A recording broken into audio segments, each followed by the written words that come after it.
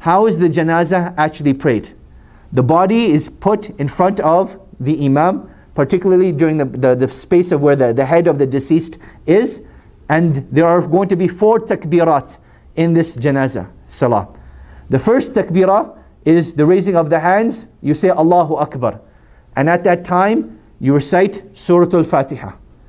The second time you raise the hands, you send salah and salam upon the Prophet sallallahu alaihi wasallam, the Durud Ibrahimiyya.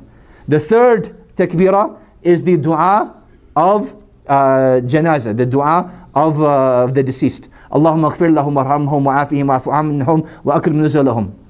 Right? Those sort of du'as. If you don't know the dua, then at the very least just keep saying Allahumma ghfir lahum. That, oh Allah, forgive them. Any dua that you can make at that time is sufficient.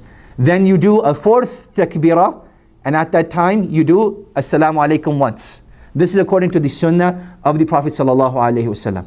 In the Hanafi madhab, they pray the salah a bit differently. They will add, the dua of iftitah, and Surah Fatiha may not be recited, and they do salams on both sides.